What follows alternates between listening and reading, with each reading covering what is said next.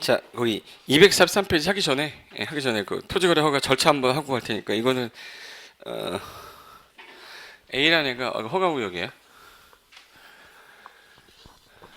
예, 토지거래 허가구역이야. 토지거래 허가구역. 여기 A라는 사람이 현재 토지 소유자인데 매도인이라고 할게요. B가 살려는 사람을 뭐라고 하지? 매수인. 공시지가가 현재 10억 토지인데 얘가 지금 현재 15억에 내놨어요. 공시가 매독자리를 10억짜리를 15억에 내놨어요 지금 현재. 근데 얘가 사겠다 그러면 그게 취득가액이 되는 거지. 근데 샀게 그러면 이제 취득가액은 얼마가 되는 거네? 15억이 되는 거예요. 취득가액은 15억. 네, 감정평가를 해봤는데 감정가격이 13억 나왔어. 근데 매수인이 15억 주고 살려고 할 때는 제가 저 땅을 이용할 거니까 사겠죠. 취득할 목적이 있을 거 아닙니까? 그래서 취득할 당시에 매수인이 취득 목적이 있을 건데 목적이 농지였다 그러면 뭐가 목적이겠네? 농사가 목적이고 얘가 주거용지였어요. 그럼 뭐 지려는 게 목적이겠네? 주택을 건설하는 게 목적이고 얘는 농업을 하려는 게 목적이겠지. 그럼 이제 여러 가지 용도에 따라 목적이 있을 거 아니에요? 그 목적이 뭐다라는 거 써야 되는 게 정상이잖아. 그럼 써서 허가를 사전에 받아야 돼? 사후에 받아야 돼? 이제는 대화가 되는 거예요. 아까 그걸 했기 때문에 그런 거야. 근데 여기가 만약에 주거지역이었다 그럴게요. 주거지역이었는데 용도여는 목적이면 뭐냐면 주거용지 대지로 돼 있었어. 면적이 400제곱미터래. 그럼 일단 허가 받아야 된다, 안 받아도 된다. 이제 그거는 됐어. 이제 허가를 받는지 안 받는지까지만 일단 되면 돼. 주거 18 얼마야? 180 넘었죠. 허가 받아야 돼, 안 받아야 돼? 받아야 돼. 그럼 얘가 매매 당사자가 공동으로 가서 누구 찾아가야 돼 있네 이거? 그죠? 시장, 군수, 구청장 찾아야 돼. 여기가 만약에 고양시였으면 고양시장한테 가겠죠. 양평군이면 양평군수한테 가면 되고 여기 예를 들어서 강서구면 누구한테? 강서구청 가서 제가 이러이러한 목적으로 이걸 취득해서 이렇게 이용하고자 합니다.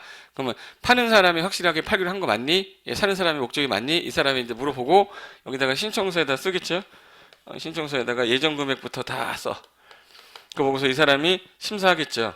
근데 심사 기준에 뭐가 있냐면 이용 계획에 적정한지 현재 토지 이용 계획인 도시군 관리 계획을 짜놨는데 그 도시계획에서 저기 보존할 목적인데 제가 공장을 짓겠다고 할 수도 있죠. 공업용지면 보존하려고 하는데 공장 지면 안 되는데 이럴 수 있잖아. 계획이 맞아야 된다는 얘기예요. 그리고 면적도 적정해야 되고 환경도 깨끗해야 돼. 환경에 피해 주면 안 됩니다. 그리고 일반적으로 취득하는 사람이 야 이거 네가 진짜 이용할 거니? 라고 물어봐야 되죠. 제가 이용할 겁니다 라고 할 때 그럼 실수요라고 그래요. 실수요. 그럼 요 네 가지를 기준으로 보는 거야. 계획에 맞는지 면적은 맞는지. 주거용지라고 그랬는데 저게 얼마였지 지금? 400제곱미터죠. 그러면 주택을 지가 들어가서 지면서 사겠다 맞잖아. 근데 면적이 만약에 4천만 제곱미터야. 자기가 들어가서 사겠다는 거야? 도라이죠 이거. 한 400제곱미터 건물 짓고 나머지는 갖고 있다 파겠다 그 얘기잖아 이거. 그러니까 면적에 적정한지 봐야죠. 4천만 제곱미터를 자기 주거용지로 쓰는 사람이 어딨어? 그리고 환경이라는 건 공장 들어오는 바람에 주변 환경을 저해할 것 같다고 못하게 합니다. 그리고 실수요자인데 잠깐만 농지면 농사 지어야 되죠. 누가? B 아버지가 아들이 딸이 B가 져야 돼. 그게 실수요자잖아. 그럼 주택용지다. 그럼 누가 들어가서 살아야지? B가 들어가 살아야지. 왜 B가 들어가 살아야 돼? B가 취득하면 자기가 취득했으면 자기가 살아야지. 그러니까 자기 거주용이어야 돼요. 친족용이어야 돼. 그렇지. 자기 거주용이어야 허가가 난다 그 얘기예요. 그러니까 실수요인지 아닌지 확인하겠다. 그리고 나서 심사 기준에 맞으면 그때는 뭘 해주면 되겠네. 허가 해주면 되고 안 맞으면 뭐 하면 돼? 불허가 처분하면 되지. 둘 중에 하나 하면 되는 거예요. 그러니까 허가 나면 허가증을 주면 되고 허가증 A4 용지로 예를 들어서 여기가 강서구청이다 그러면 발신인 해가지고 누구로 써 있어요? 강서구청. 가지고 받는 사람 소유자 이렇게 명단 써가지고 다음은 귀하에게 이런 허가를 하오니 이렇게 유념하시기 바랍니다. 표지 하나 있고 뒷장 넘기면 허가증이 있어요. 뒷장에. 그 이용 목적도 이용할 때는 어떻게 이행강제가 나옵니다. 이런 것까지 다 써 있어요. 그럼 이제 얘한테 뭘 주면 되겠네? 허가? 증 주면 돼. 얘는 불허가증을 줘? 갖고 다니면서 보여주라고? 불허가가 왜 나왔는지 실수요 기준에 안 맞아서 이게 불허가니까 다음에 허가 들어오실 때에는 이 기준을 맞춰 갖고 오시면 저희가 허가를 해드리겠습니다. 그러니까 불허가를 왜 받는지에 대해 사유를 써줘야죠. 그러니까 불허가 처분 받는 사유를 서면으로 써와야 돼요. 서면으로 통지. 근데 허가 신청할 당시에 이게 공원이 되게 필요했었어. 공원 부지를 찾고 있었는데 허가 신청이 들어온 저 땅을 딱 보니까 주변 지역에 제일 그 주거 밀집도密집한 지역에 유일하게 빈 땅이었는데 저걸 팔려고 내놓은 거라. 그럼 해당 관청에서 사는 게 낫까? B가 개인 목적으로 쓰는 게 낫까? 관청에서 사는 게 낫으니까 이거 허가 신청 들어왔을 때 내가 먼저 사면 안 될까? 라고 할 수 있어요. 내가 먼저 사겠다. 먼저 선 살매. 이거 뭐라고 할까? 선매.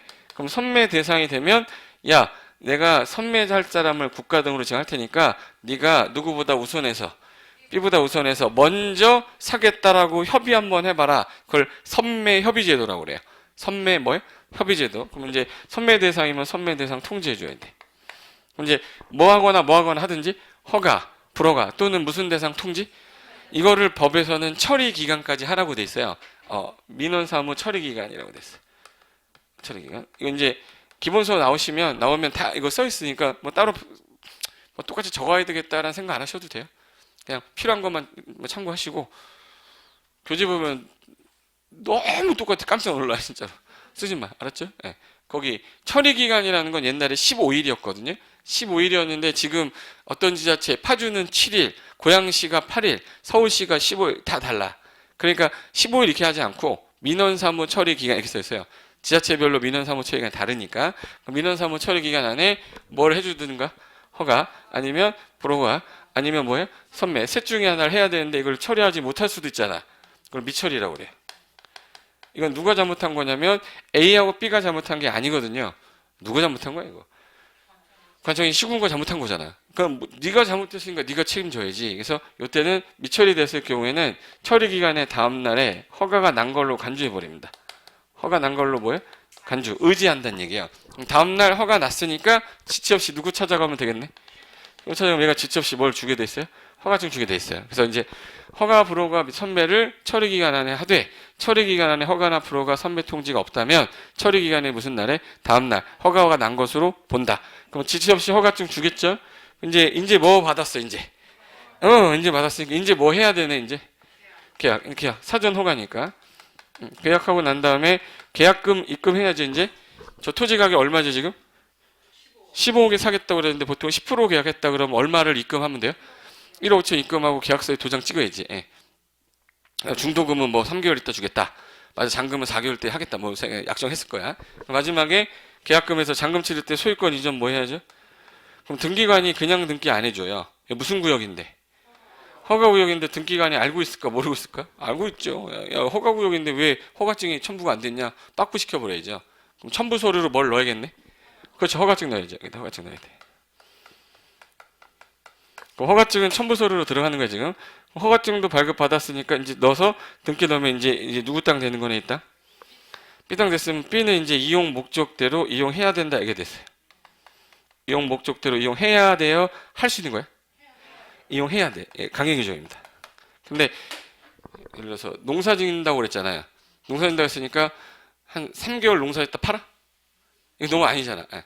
집 짓겠는 데에서 집 지어놓고 2달 있다가 팔고 나가. 이건 취소 아니죠. 그러니까 기간을 정해놓겠다. 그래서 이때 의무기간 정해놓은 거야. 무슨 기간을 정해놨다고? 의무기간을 정해놓고서 2년짜리랑 3년짜리랑 4년짜리랑 5년짜리가 있었는데 여기서 이번에 법이 개정되면서 3년짜리가 없어져 버렸어요. 그래서 지금 현재는 2년짜리, 4년짜리, 5년짜리 있어. 최대가 몇 년이네?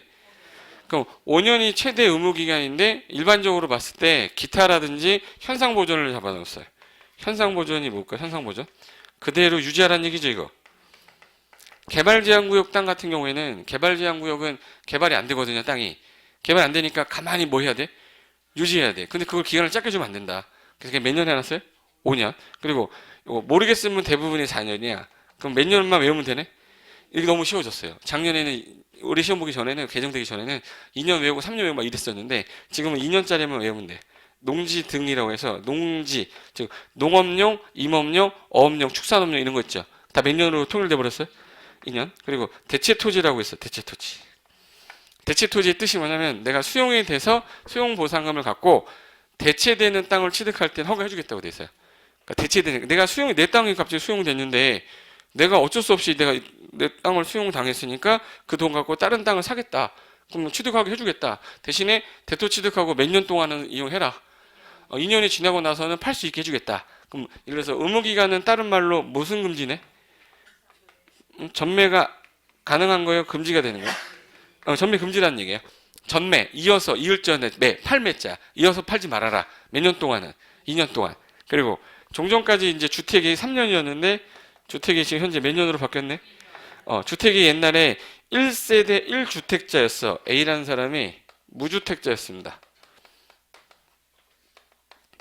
얘가 지금 집을 샀어. 집을 샀는데, 집 샀어요. 3억 주고 샀어요.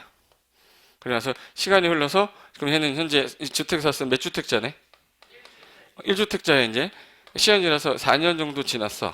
2년 정도 지났어. 예를 들어 4년이 되는 날 팔았을 때, 예를 들어서 5억으로 팔았다. 5억으로 팔았다. 그러면 3억이었던 거를 몇 억에 팔았네?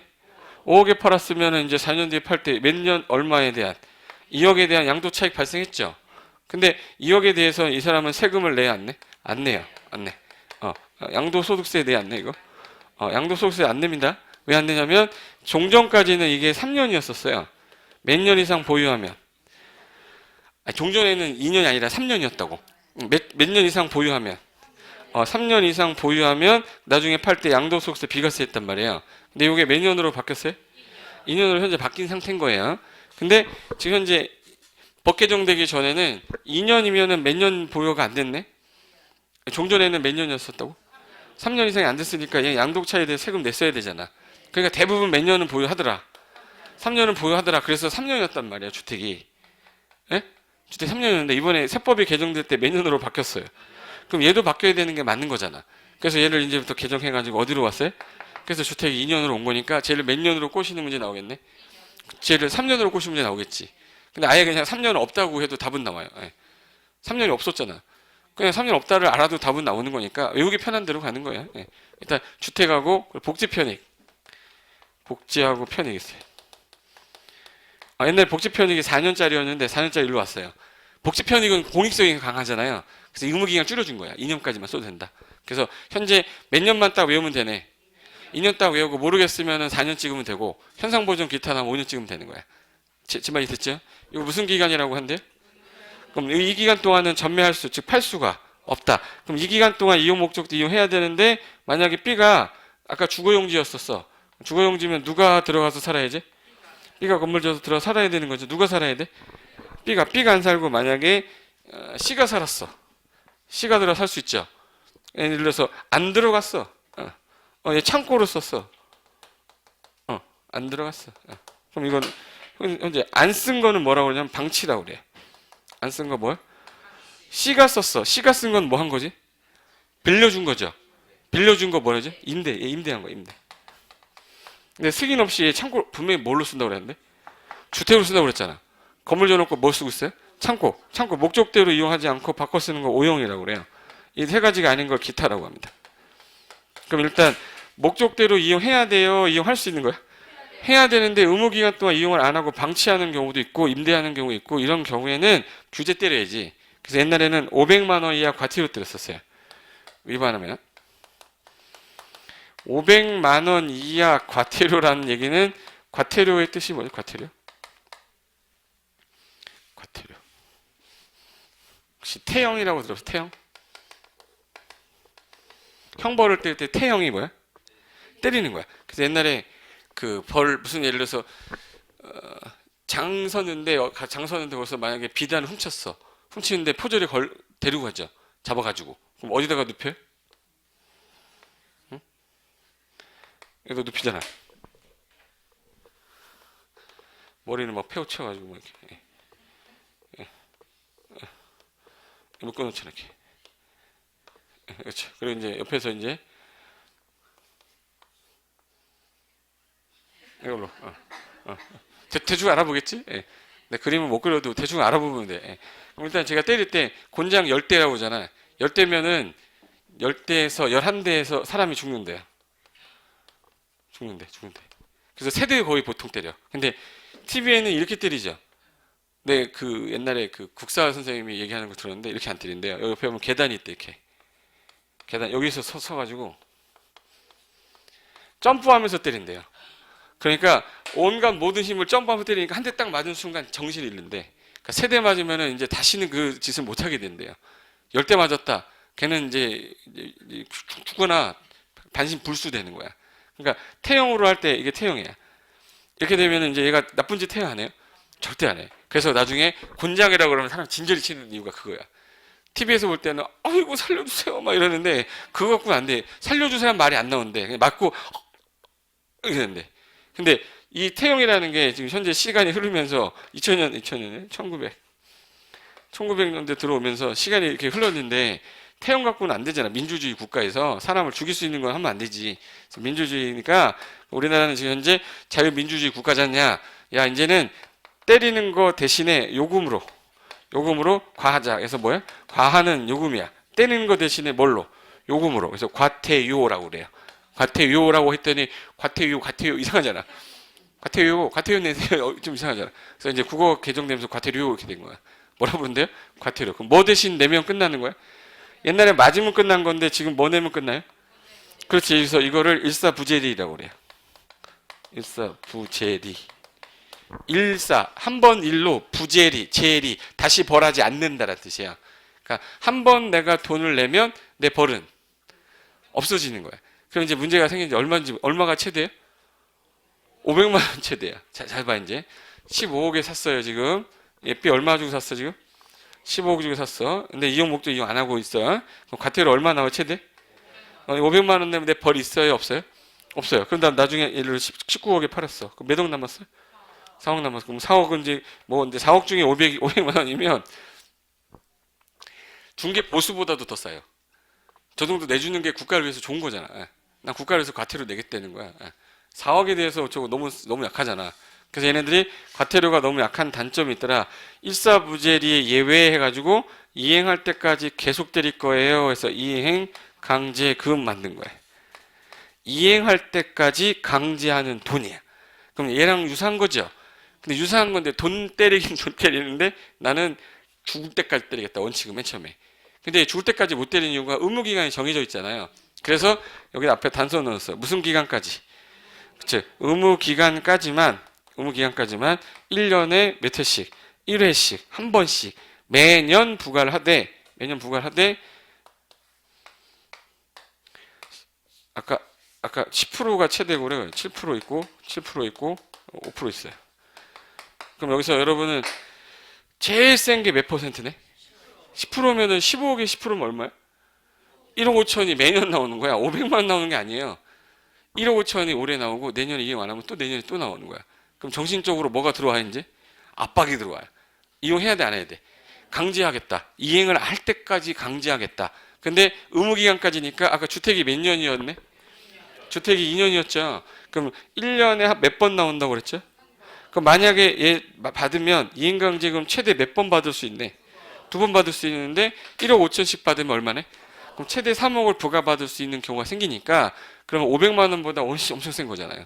그러니까 웬만하면 이해하겠죠. 그래서 건축법에 있던 제도를 베껴놓은 게 이행강제금이다 이렇게 하시면 돼. 그럼 이제 제일 나쁜 놈이 몇 프로? 이놈. 제일 좀 그나마 좀 덜 나쁜 놈 5%. 나머지는 10% 외우면 되는 거죠. 여기서 잘 봐요. 제일 나쁜 놈 같은 경우가 방치냐 임대냐 오용이냐 이 세 개 중에서 잘 봐요. 뭘로 쓰겠다고 해놓고 주택으로 쓰겠다고 해놓고 안 썼어. 그리고 얘가 들어가서 살았어. 다른 거 썼어. 쓴 놈이 나빠요? 안 쓴 놈이 나빠? 안 쓴 놈이 누구예요? 방치 몇 프로? 10%. 그래서 방치라는 단어 보면 무조건 10% 떠올라야 돼. 방치 몇 프로? 방치 몇 프로? 방치 몇 프로? 방치 몇 프로? 10%. 방치 10% 이렇게 떠오르면 돼. 그 다음에 누가 제일 덜 나쁜지 봐요. 임대해서 썼다, 내가 썼다. 누가 나쁜 놈이야? 딴 놈이 썼다, 내가 썼다. 딴 놈 쓴 게 나쁜 거지. 딴 놈 쓴 게 임대잖아. 그럼 임대는 몇 프로겠네? 7%. 그래서 임대 7%야. 임대 몇 프로?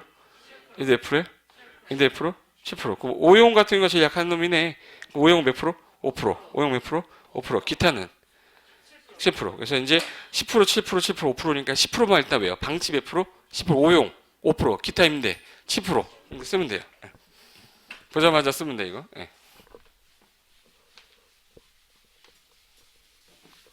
물을 먹어가지고 이거 났어.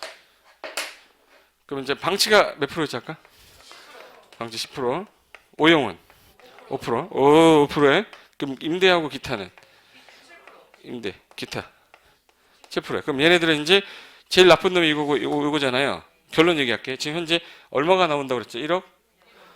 1억 5천 받는 게 좋아요? 7천만 원, 7,500 받는 게 좋아? 7,500 받는 게 낫지. 7,500이면 1억 5천 두 배잖아. 그러면 땅을 사가지고 가만 내비둘래요? 무슨 짓이라도 해놔야 돼. 그렇죠. 그래야지 5% 나오는 거야. 예. 그걸 안 쓰더라도. 그러면 어차피 내 거 1억 5천인데 1억 5천이면 총 몇 억 내야 될 걸? 3억 내야 될 걸 내가 여기 컨설팅에서 얼마 받게 해준 거야? 1억 5천 받게 해줬으면 그럼 1억 5천을 아껴준 거잖아요. 그럼 나한테 7,500 달라고 해야지. 그래? 당신 1억 5천 더 나갈 거 내가 싸게 줬잖냐. 그럼 7,500 받아야죠. 말이 그렇다는 얘기지. 주겠어 걔가? 예. 근데 그만큼 벌었다고 당신 나한테 고마워해야 된다 이렇게 얘기해야 될 거 아니에요. 그러니까 만약에 혹시라도 이용하다 걸리면 이렇게 되니까 알고 계십시오라고 얘기해 줘야 돼요. 그럼 이제 요 내용 가지고 일단 어떤 지문을 봤을 때 이 말이 이해가 됐다 그러면 공부 진짜 많이 웬만한 사람 혼나요. 허가구역에서 A야 땅을 샀는데 얘가 토지거래 허가구역에서 땅을 샀는데 개발 부지로 산 거야. 개발 용도 부지인데 개발 사업용 부지야. 근데 이거를 만약에 20억 주고 산 거야. 20억 주고 샀는데 얘가 현재 뭐 하고 있냐면 임대를 하는 걸로 간 거야. 임대를 한 거야. 임대. 그러면 이제 한번 물어볼까? 저 상태에서 제가 하는 말 잘 들으세요. 제가 설명하는 게 맞는지만 이해하면 돼. A가 토지거래 허가 개발 용도로 20억짜리 토지 취득했을 때 임대를 하면 최대 6억 4천만 원의 이행강제 부과받을 수 있다.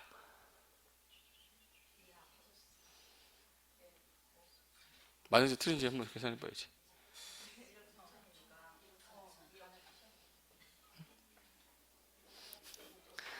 제가 왜 무슨 말을 한지를 이해를 못하면 나 지금 뭐 한 거니 이렇게 되는 거예요. 다시 천천히 얘기할게요.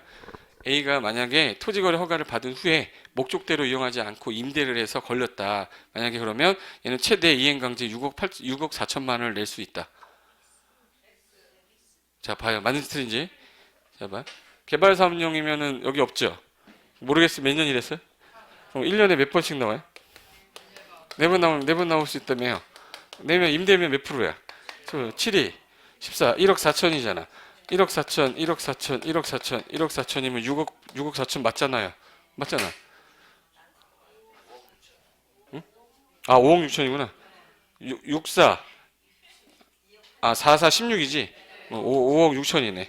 내가 계산 잘못할 수도 있잖아. 5억 6천 받을 수 있죠. 예. 근데 여기서 중요한 거는 임대가 몇 프로야? 7%. 1년에 몇 번씩이야? 한 번씩. 근데 의무기간이 경과한 이후에는 부과하지? 아, 왜? 의무기간 정해놨는데 의무기간 아닌데 부과하는 거 웃긴 거잖아. 원래 이행강제금은 죽을 때까지 때리는 거예요. 근데 얘는 무슨 기간이 하나 있기 때문에 의무기간이 적용이 돼 있기 때문에 그럼 얘 같은 경우는 언제까지만 낸다라는 게 특이한 거네. 의무기간까지만 낸다는 게 특이한 거예요. 예. 그리고 얘는 이행강제금을 때릴 때 무슨 금액을 기준으로 하냐면 최대가액 기준 내는 거야. 무슨 가격이야? 얘가 아까 최대가액 가격 몇 억이었어요? 15억이죠. 감정가격은 13억, 공시가는 10억. 여기서 제일 싼 거는 몇 억이지만 공시가로 기준해버리면 조금 내잖아요. 그러니까 얘 때릴 때 나쁜 자식이잖아 이거. 높은 거로 때려야지. 높은 거니까 기준 뭘로 잡은 거네? 취득가액이에요. 그럼 하나만 더 할게요. 여기서 만약에 불허가를 받았어. 근데 얘 정말 실수였어. 다 진짜 나 주택 지려고 주택 한번 져서 살아보려고 나 산 건데 이 사람이 불허가를 한 거예요. 그러니까 불허가 처분한 사람이 뭐 그 사람이 처분했으면 그냥 받아들여야 되는 건가? 난 진짜 실수였는데 이게 불허 처분했어. 그럼 대한민국에 살면 안 돼. 이민 가겠다. 이렇게 하면 안 되죠. 국가를 상대로 이제 이의제기 들어가야지. 그럼 이제 불허가를 받았을 때는 국가 상대로 처분에 대해서 뭐 할 수 있다. 이의 신청할 수 있어요. 당신이 처분한 사유는 이 판단을 잘못하신 것 같은데 제가 이러이러한 목적으로 이용할 거기 때문에 절대 이용할 겁니다. 이의 신청하는 거는 불허가를 한 날에 있을 거고요. 불허가 처분 통해서 받은 날에 있을 거야. 그럼 내가 알 수 있는 날은 한 날이에요? 받은 날이야? 도달주의로 보기 때문에 도달이 될 당시를 기준으로 해야 돼요. 그럼 내가 이 불허가 처분 통서를 받은 날로부터 몇 월 안에 1월 안에 처분한 이 누구한테 시군구한테 이의 신청할 수 있다 이렇게 돼 있어요. 그래서 기억할 거 무슨 날? 매도란에 처분했던 누구한테? 시군구한테 이의 신청할 수 있다 이렇게 된 거예요. 두 번째가 얘가 지금 돈이 급해서 내놨는데 원래 이거 12억 주고 누가 사겠다고 그래가지고 팔려고 그랬는데 갑자기 이 자식이 온 거예요. C가 분명히 12억 주고 팔겠다고 그래서 내가 그럼 팔아버리지 했는데 얘가 매덕으로 꼬셨어요. 15억 불렀더니 진짜 15억으로 파는 거야. 그럼 이제 얘가 나중에 걸린 거예요. 뭐였냐면 주거용지라고 해놓고서 주거로 안 쓰는 게 걸린 거야. 실수요가 아니었던 거야. 그럼 이제 무슨 처분 받아요? 그럼 이제 A 입장에서는 불허가 받았으니까 얘한테 못 판다는 얘기죠. 다시 누구 전화해야 돼? C한테 전화해야죠. C 내가 잘못했다. 내가 땅 팔게. 너한테 팔게. 그러면 걔가 10억 안에 만사. 그러면 못 팔잖아 또. 열받을 수 있잖아. 어쩌면 그럼 C가 나 이미 샀는데? 너가 안 판다고 해서 나 딴 거 더 좋은 땅 샀다? 그러면서 끊어버릴 수 있잖아. 그럼 이제 A 입장에서 지금 당장 자금이 필요한 애인데 못 팔잖아요. 무슨 처분을 받았기 때문에. 그럼 불허가 처분하신 분이 누구야? 당신이 내 땅 사라 해서 매수 청구할 수 있어요. 네. 당신이 내 땅 사주세요라고 하는 걸 뭐라 그래? 매수, 살 것을 청구하는 거예요. 근데 대신에 매수 청구라는 걸 뭘 받아야 되죠? 불허가 받은 날부터 해야겠네? 그것도 몇 월래? 1월래? 누구한테? 시군구한테 매수 청구하면 되는데 중요한 건 매수 청구하는 사람이 시군구한테 했으면 시군구가 바로 사는 게 아니라 매수할자를 정해요. 그럼 걔가 들어갈 때 굳이 비싸게 사야 돼요? 싸게 사야 돼? 절대 국가는 비싸게 안 사기 때문에 가장 싼 걸 보니까 뭐네? 공시지가야. 그래서 가격 기준이 공시지가 기준 돼 있어요. 가격 기준은 뭘 기준으로? 공시지가 기준으로 하되 얘가 금매로 내놓은 거 있을 수도 있어. 8억에 내놓은 거 있을 수도 있잖아요. 근데 공시지가보다 더 싸죠. 예전 금액을 봤더니 예전 금액이 더 낮아. 그럼 낮은 금액으로 매수할 수도 있다. 그래서 싼 게 있으면 뭐예요? 싼 거 이렇게 됐어요. 그리고 하나 더. 근데 얘가 사달라고 하는 게 뭐 사달라고 한 거지 지금? 내 땅에 대한 무슨 권리? 소유권 또는 지상권 이거 사달라고 하는 거야. 그래서 소유권과 지상권을 사주세요라고 뭐를 하고 매수 청구 뭐를 기준으로 하되 그냥 예전 금액이 낮으면 뭘 할 수 있다. 낮은 금액으로 할 수도 있다. 국가는 뭐다? 깡패. 됐고 선매라는 거 남았는데 아까 먼저 선매 무슨 제도라고 그랬지? 협의야. 강제로 사겠다는 얘기예요. 협의해보고 사겠다는 얘기야. 그럼 얘네가 살려고 그랬을 때 옛날에 가격 기준이 뭐였냐면 공시가였단 말이에요. 자 봐봐. 얘 몇 억에 지금 내놨지 지금? 10억에 내놨는데 얘가 사러 왔을 거 아니야 지금? 얘는 공시가 기준이니까 몇 억에 사겠대. 그럼 여러분은 판단 한번 해보세요. 여러분이 매도인이면 15억에 파실래요? 국가가 공익한다니까 그냥 5억 손해보고 10억에 파실래? 10억이라고 쓰시는 분 있으면 그 사람하고 밥도 같이 먹지 마. 너무 성실한 분이야. 국가가 나한테 무슨 대가 없이 그렇게 사면 누가 팔겠어? 한 번도 선매가 이루어진 적이 없어요. 그래서 가격 기준이 공시가가 문제가 생겨서 취득가액은 지들이 쓴 금액이니까 그래도 좀 올려서 무슨 가격은 줘야 된다. 그래서 선매는 가격 기준이 바뀌었어요. 선매는 가격 기준이 뭘로 바뀌었냐면 감정 가격으로 바뀌었어요. 얘는 가격 기준이 무슨 가격이고 감정 가격이야. 근데 감정 가격인데 옛날 버릇을 못 버려요. 감정 가격 몇 억이에요 지금? 시성으로 매수 들어가야 되거든요. 근데 지금 현재 실제 거래 금액이 금매론에서 몇 억이야? 8억. 그럼 얘 선매하는 애가 굳이 이걸로 살까? 예전 금액이 낮으면 또 뭘로? 낮은 거. 그래서 싼 게 있으면 뭘로 사요? 싼 거로 사요. 싼 거. 근데 국가가 필요한 건 공원으로 만들 때 빌려서 공원 만들고 싶겠어요? 아예 다 소유권 갖고 오고 싶겠어? 그러니까 지상권 의미가 없어요. 지상권 쳐다보지도 않아. 선매는 뭐만 봐요? 소유권만. 그래서 선매 대상 권리는 소유권만을 대상으로 한다 이렇게 됐어요. 그래서 선매는 뭐예요? 소유권이고 매수 청구는 뭐예요? 소유권하고 지상권. 얘 무슨 가격? 공시지가. 얘는 무슨 가격? 감정 가격. 둘 다 싼 게 있으면 싼 거. 그래서 비교해서 시험 문제 내는 거야. 한번 따라해봐요. 선소 매소지. 매소지. 선소 매소지. 선소 매소지. 선매는 뭐만 대상으로 해? 소유권만. 매수 청구는 소유권하고 지상권. 자, 매수 청구 사달라고 하는 거죠. 굳이 비싸게 살 필요가 없으니까 뭘 기준으로? 공시지가. 싼 게 있으면 뭐? 싼 거. 내가 먼저 살게 하는 거 뭐라고 했죠? 내가 무슨 가격 줄 테니까 감정 가격. 근데 싼 게 있으면 뭘로 주겠다? 싼 걸로. 그리고 허가받고 나서 목적대로 이용을 안 했을 때는 뭐 떨어질 수 있어요? 이행강심. 나쁜 놈이에요? 착한 놈이에요? 나쁜 놈은 센 거로 때려야 돼? 제일 약한 거로 때려야 돼? 센 거가 뭐라? 취득가액. 뭐 가격 기준이 뭐예요? 취득가액. 세 가지가 가격 기준이 다 다른 거예요. 그래서 단순 가로 안에 알맞은 단어를 올바른 순서대로 나열해라 그러면 이거는 뭐라고 써야 되고? 공시지가. 얘는 감정가격. 예, 이인강제공은. 왜 섞여 있으면 찾으면 돼요. 이해하면 되고 외우지 않아도 돼. 매시고 사주세요. 아, 내 거 좀 사줘. 내가 살게. 나 뭘로 줄게, 내가 너. 뭘로 줄게? 공시지가. 야, 내가 먼저 사면 안 될까? 뭐 줄 건데요? 감정가격 줄게. 감정가격이야. 나쁜 자식 있죠? 이 자식, 나쁜 자식 뭐로 때려야 돼? 취득가격. 그래서 제일 센 게 뭐예요? 취득가격이에요. 그리고 하나 더 있어요. 여기서 세 가지 지금 했죠? 세 가지를 지금 아까 민원사무 언제까지 했었어야 되는데, 처리기간에 했었어야 되는데, 만약에 못했을 때는 무슨 처리된 거고, 그럼 처리기간에 다음날에 허가받은 걸로 뭐 한다? 간주한다. 직접 허가증을 주면 이 순서대로 가면 돼요. 이게 토지거래 허가 뭐예요? 절차야. 근데 만약에 아까 전에 허가를 안 받고 계약하면 아까 벌칙 있었는데 벌칙 2년 이하의 징역, 토지가액의 30% 이하에 대한 벌금 때렸었어요. 근데 여기는 허가를 받고 난 다음에 목적대로 이용 안 하면 뭐 나와요? 그럼 벌칙이 두 개네. 나중에 하면 헷갈릴 수 있어요. 제가 하는 말이 맞는지만 봐. 토지거래 허가구역에서 허가를 받은 자가 허가받은 목적대로 이용하지 않으면 2년 이하의 징역 또는 토지가액 30% 해당하는 벌금을 처한다. 틀렸죠? 허가받은 후 목적대로 이용하지 않으면 뭐가 나오는 거고? 허가를 안 받고 계약할 때가 저거예요. 근데 나중에 하면 벌칙이 나오면 그냥 2년 30% 본 것 같은데 이렇게 되면 안 돼. 걔는 언제 부과하는 거야? 안 받았을 때. 이행강지금은 목적대로 이용하지 않았을 때. 그렇게 가야 돼. 이해된 거죠 이제? 그러면 허가구역 지정하고 허가 절차까지 한 겁니다. 됐어. 자 이제 22번으로 갈 겁니다. 243.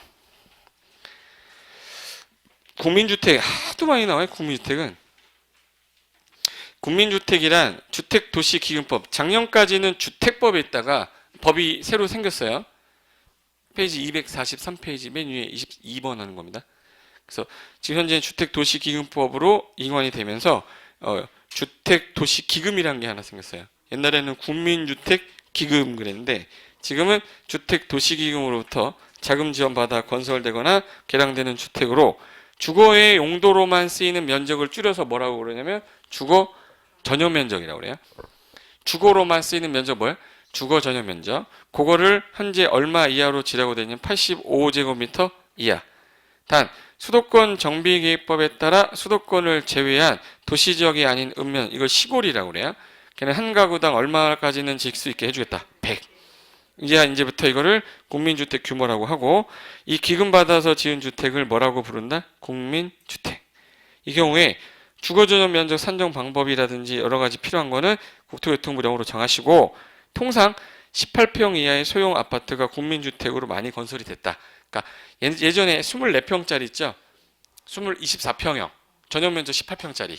그게 이제 국민주택으로 제일 많이 건설이 됐고, 약간 좀 비싸게 지은 것들은 30평형대로 있었어요. 근데 그거는 이제 많이 못 받았지. 그래서 민영주택과 달리 민간업체가 순수하게 지돈으로 짓는 걸 뭐라고 그랬죠? 민영주택이에요. 여기서 하나 물어볼까요? 지금 정의 읽었는데 몇 줄이에요, 정의가? 정의 몇 줄이야, 저거? 7줄이. 저 7줄을 못 외우니까 키워드만 알면 돼요. 국민주택 있고, 국민주택 등. 이거 주택법 지난 시간에 했는데 이거 한 거 같지 않으세요? 또 처음 보는 거지 뭐. 내 얼굴도 처음 보는 것 같은데 뭐. 국민주택이 뭐예요? 그러면 이건 자금에 따른 분류라고 머릿속에 앞에 꼭 무슨 단어가 일단 머릿속에 들어가 있어야 돼. 자금에 따라 분류한 단어 3가지 이렇게 된 거야. 만약에 기금 받았다 그러면 무슨 주택이고? 기금을 받았다라고 할 때 아까 그게 국민주택 기금이 아니라 뭐라고요? 주택 도시 기금. 요걸로 바뀐 거예요. 그 단어 하나 기억해 두면 돼. 그래서 이 돈 갖다가 지면 다 뭐라고 그래? 국민주택. 다만 이 기금 받아 지급을 받는 사람이 무주택자들한테 준 거기 때문에 무주택자들한테 큰 평형을 주는 의미는 없다. 주거로만 쓰이는 전용 면적 얼마 이하로 지시고 85제곱미터 이하로 짓는데 그 당시에 4인 가족 기준이었기 때문에 85 이하로 지어라는데 시골은 애를 더 나니까 도시지역 아닌 읍면 같은 경우는 좀 더 크게 줘야 되는 게 맞다. 그래서 얼마까지? 100. 그러면 이제 하나 물어볼게요. 국민주택 규모는 얼마예요? 그럼 원칙 물어보는 거죠. 얼마? 85제곱미터. 무슨 면적이? 그렇죠. 그렇게 얘기하면 돼. 근데 만약에 국민주택의 최대 규모는 이렇게 나오잖아요. 그럼 답이 얼마야? 무슨 면적?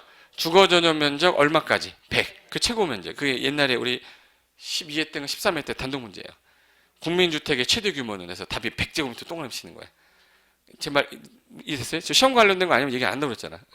그럼 국민주택 밑에다가 뭐 붙여놨네? 등. 그럼 국민주택이라는 얘기는 얘는 무슨 돈으로 지었고? 자금이 무슨 돈? 주택 도시기금. 근데 등이 있었잖아요. 그래서 국민주택 플러스란 편 써야. 국민주택 플러스 국가, 지자체 또는 LH공사. 내 공사 아니라고 그랬어요? LH공사, 지방공사. 얘네들이 건설했는데 전용 면적 얼마 이하짜리로? 85 이하짜리로 진 거예요. 그럼 얘는 돈이 무슨 돈이냐면 기금이었어요. 근데 여기 국가지자체, LH나 지방공사가 짓는 거는 이건 민간자금이에요, 공공자금이에요? 공공자금이잖아요. 그래서 공공자금. 그러면 이제 기금하고 무슨 자금 들어가면 요거를 통칭해서 뭐라고 부르면 되겠네? 국민주택 등이야. 그럼 기금도 안 들어가고 공공자금도 안 들어가. 나머지는 다 뭐라고 하면 돼? 민영주택. 그래서 민영주택이란 뭐가 아닌 주택을 말한다. 국민주택 등이 아닌 주택을 말한다가 정의예요. 그러니까 일단 뭐에 따른 부르는 것만 알면 돼. 그게 안 되면 저게 85 이하를 기준인지 100이 기준인지 그런 거 따지고 있으면 안 돼. 얘는 그냥 규모를 이걸로 지어라 규제를 하는 거고 얘는 기금 받았으니까 뭐고 국민주택이고 기금이나 공공자금 받으면 통칭해서 뭐라고 하고 국민주택 등 그거 아니면 다 뭐라고 한대? 민영주택을 한대. 그게 정의예요. 그래서 그중에 국민주택 정도는 알고 있어야 돼. 시험이 잘 나오니까. 이름이 뭐로 바뀌었어? 국민주택 기금이 아니라 주택 도시기금. 됐어요. 그럼 하나 물어볼까 이거? 이번에 여기 신도시를 김포에 신도시를 개발했는데 LH에서 여기를 개발했어요. 그래서 여기서 LH가 아파트를 짓는데 이렇게 아파트를 졌어. 그럼 이거 무슨 아파트 되겠네? LH 아파트, 닥터 아파트 말고 LH 아파트. 그럼 아파트가 됐어. 근데 이게 지금 현재 60제곱미터짜리도 있고 85제곱미터짜리도 있어요. 그럼 이걸 분양할 거 아니야. 분양하려면 분양받으려고 하는 사람이 너무 많을 거 아니에요. 이 사람들 중에서 뽑아야 될 거예요. 그래서 옛날에 우리가 청약 저축, 청약 예금, 청약 부금이라는 게 있었어요. 예전에 옛날에 있었어요. 지금 없어졌어요. 청약 뭐 저축, 청약, 예금, 청약, 부금 있었어. 세 종류가 있었는데 여기서 청약 저축은 국민주택 등을 공급받게 한 거고 얘는 민영주택을 공급받게 한 거예요. 그러면 얘 무슨 주택인지를 알아야죠. LH 아파트는 무슨 자금에 따라 분류할 때 뭐예요? 국민주택 등이잖아. 국민주택 등을 공급받기 위해서 가입하던 게 뭐였다고? 그 청약저축 1순위, 2순위, 3순위 나와야 될 거 아니에요. 청약 1순위냐, 청약 2순위냐, 3순위냐 이거 어떻게 따졌냐면 청약저축을 가입하고 24회를 기준 잡은 거예요. 몇 회 이상? 24에서 불입을 한 번도 빠지지 않고 하게 되면 1순위로 빼겠다. 그리고 6회 이상이다 그러면 2순위예요. 2순위. 그리고 6회 이상이 아닌 나머지는 전부 다 뭐예요? 3순위. 그럼 예를 들어서 갑이라는 애가 청약 예금을 갖고 있었어. 통장. 무슨 통장? 예금 통장. 그럼 예금 통장을 받은 갑은 LH가 분양하는 주택을 분양받을 수 없다. 맞아요? 얘가 지금 청약 예금 갖고 있잖아. 그러면 LH가 분양하는 국민주택 등을 공급받을 수 없다. 틀렸죠? 왜 틀린 거예요? 얘 분명 예금은 민영주택 공급받게 한 거거든요. 얘 민영주택이에요? 민영주택 아니에요? 그럼 공급받을 수 있어? 없어? 없어야 되는데 여기 뭐 있어 여기? 3순위. 24회냐 6회냐 아니냐 이거였잖아. 얘 아니잖아요. 그럼 이제 3순위로도 받을 수가 있는 거잖아. 그러니까 옛날에 청약 예금 가진 자는 국민주택 등 공급 못 받는다. 그럼 그 지문 틀린 지문인 거야. 왜 틀렸냐면 몇 순위로? 3순위 이거 아니에요? 3순위 아세요? 3순위 기억나는데 어떤 여자애가 있었는데 이름이 3순위였어. 3순위였는데 애들이 맨날 3순위니까 많이 놀렸겠지 이름 가지고. 그냥 상처가 깊었던 애라 시집을 못 가고 있었어요. 시집을 못 가고 있었는데 어느 날 좋은 손자리가 나갔어. 나갔는데 남자가 막 얘기하다가 이 남자 너무 마음에 드는 거야. 결혼해주고 죽고 싶은 거야. 근데 이름이 뭐야 했더니 삼순인데 했더니 막 웃더래. 자존심이 상해서 울면서 막 나온 거야. 나는 이러면 안 돼. 그래서 나온 거야. 근데 이 남자가 따라오니까 따라오지 못하면 빨리 뭐 타야 돼? 택시 타야지. 택시 탔어. 택시 타가지고 막 우는 거야. 아저씨 어디 가주세요 그러는 거야. 그래서 이별 택시라고 들어봤어요? 또 못 알아듣는다 또. 이별 택시 몰라? 대화가 안 되는구나. 막 울고 있으니까 이 아저씨가 위로해 줘야 될 거 아니야. 그러니까 왜 우냐고 막 그랬더니 사람들이 자꾸 저 갖고 이름 갖고 놀려요 막 이러는 거야. 그랬더니 이 아저씨가 뭐라면 아유 삼순이만 아니면 되지 뭐 그랬대. 못 알아듣는 거야? 삼순이. 몇 순이에요? 삼순이. 삼순이도 봐줄 수가 있어. 문제가 되는 건 뭐냐면 얘를 구분해놔 버리니까 국민주택 등 공급받기 위해서 하고 얘 민영주택 공급받는 게 불편한 거라. 그럼 대한민국에 있는 모든 주택을 분양할 때 이 세 가지로 구분하는 의미가 없다 이제. 그래서 이거를 하나로 통합시켰어요. 하나 통합한 게 뭐야? 하나로 통합한 통장이 9월 1일자로 이제 얘네 안 나와 이제. 뭘로 이름이 뭐예요? 이거 한 번을 제대로 못하네.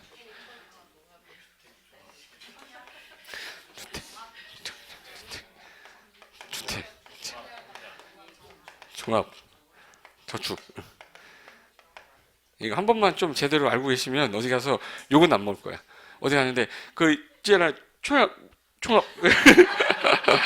그러지 말고 주택, 청약, 종합, 저축 이렇게 해야지. 뭐 단어 하나 못 외우면 안 되지. 그래서 이제는 이거 없어요.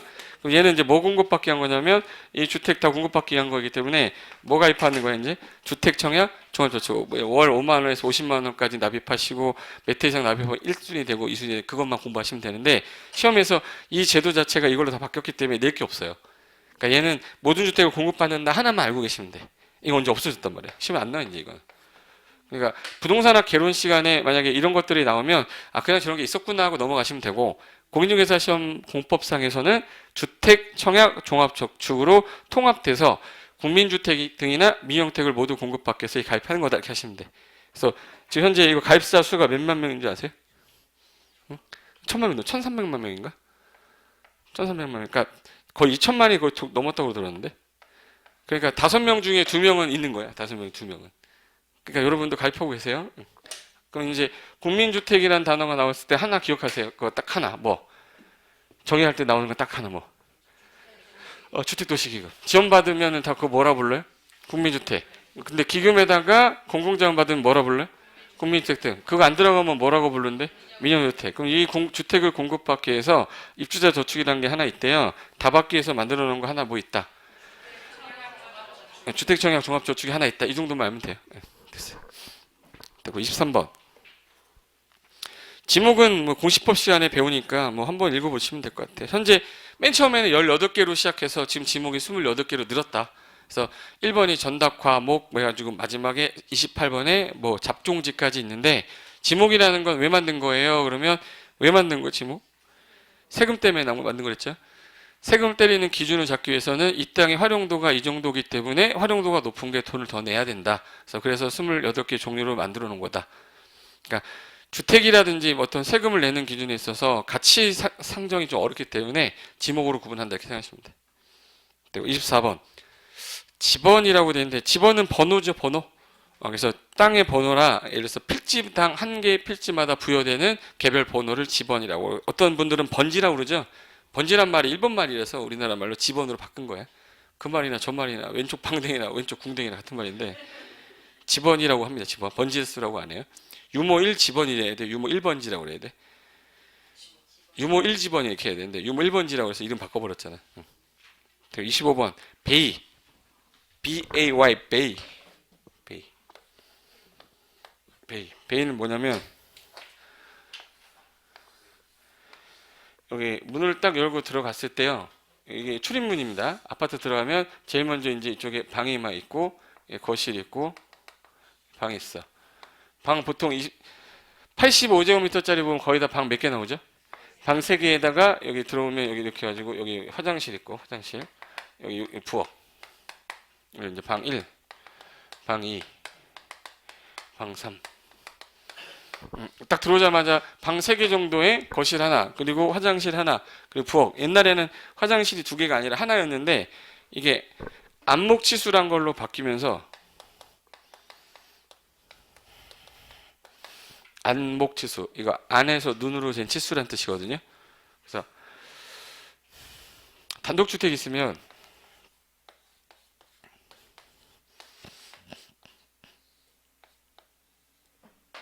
제 전용면적을 산정할 때 옛날에 요거 봐봐요.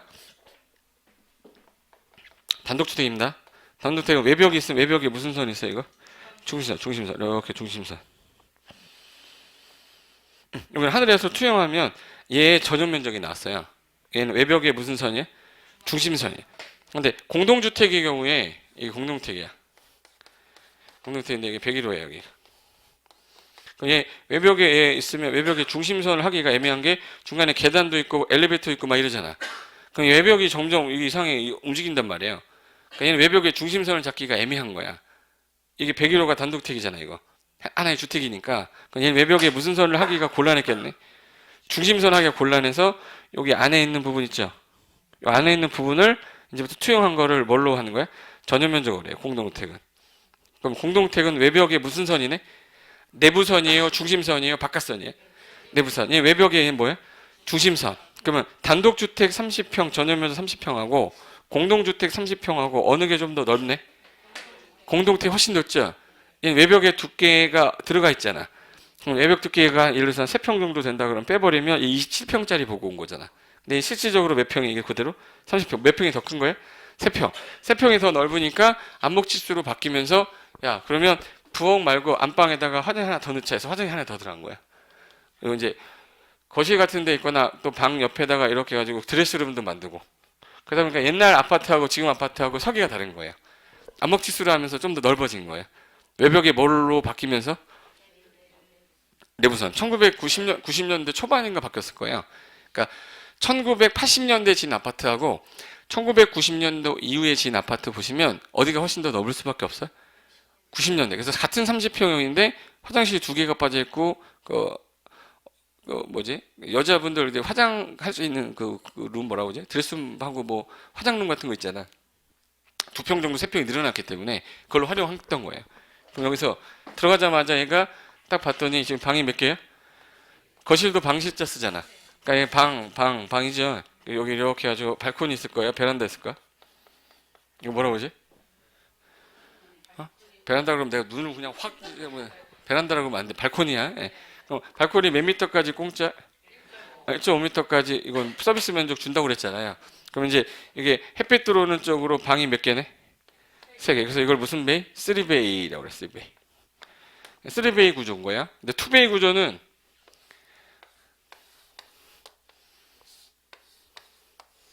방에 창문을 딱 열었어요. 들어왔더니 여기 방이 있어. 여기 방이 있어. 여기 거실이 있어요. 방이 있어. 그리고 여기가 여기 화장실. 여기 이제 뭐 주방, 창고 이렇게 쓰는 거야. 부엌. 방 1, 2, 3 해놓고 여기 이렇게 돼 있어요. 아, 지금 몇 개 있는 거네? 4개 있으니까 무슨 베이야 이거? 4베이.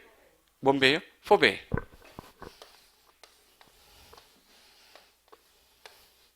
문 열자마자 여기 거실, 방, 거실. 이쪽 뺄까? 여기 부엌. 됐어. 이거 지금 현재 거실이에요. 얘는 지금 현재 베이가 몇 개이네? 2베이. 얘 2베이고 얘는 4베이. 얘는 뭐야? 얘가 하나니까 더 온다 그러면 무슨 베이? 5베이야. 그럼 이제 베이가 넓어지면 넓어질수록 베이가 커질수록 어떻게 되냐면 이 두께가 얇아져요, 두꺼워져?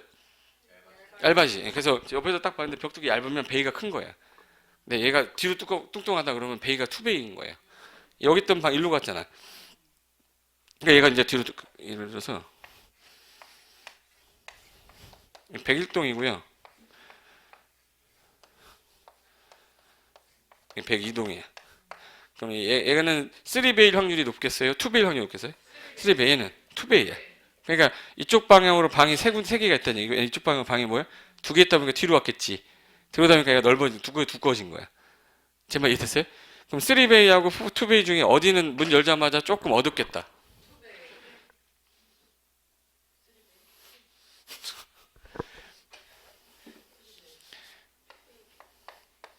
방 몇 개냐면 방 몇 개인지 보세요. 방 몇 개야? 3개죠. 이거 문 열었어. 바로 나온 게 뭐야? 그럼 화내, 안 화내? 되게 화나죠. 4베이 보실래요? 문 열었지? 문 열고 딱 들어오잖아요? 들어오면 신발 이렇게 위에 거 망가지면은 하루 종일 막 깜깜해요. 예. 들어오자마자 불 켜지잖아. 여기 창문 여기 방의 문이 열려 있지 않으면 깜깜해요. 그러니까 보자마자 깜깜한데 이쪽으로 아야 거실 나오잖아.